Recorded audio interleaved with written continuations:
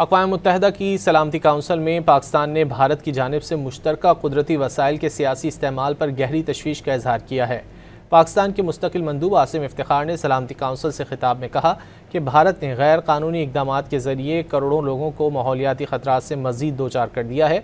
भारतीय इक़दाम खित्ते के इस्तेहकाम, माहौलियाती तवाज़ुन और बैनुल-अक़वामी मुआहिदों के लिए संगीन ख़तरा हैं। ये मामला सलामती काउंसिल के हर रुकन और पूरी बैनुल-अक़वामी बरादरी के लिए गहरी तशवीश का बायस होना चाहिए।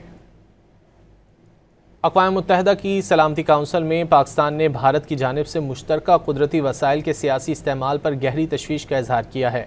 पाकिस्तान के मुस्तकिल मंदूब आसिम इफ्तिखार ने सलामती काउंसिल से खिताब में कहा कि भारत ने गैर कानूनी इक़दाम के ज़रिए करोड़ों लोगों को माहौलियाती ख़तरात से मज़ीद दो चार कर दिया है।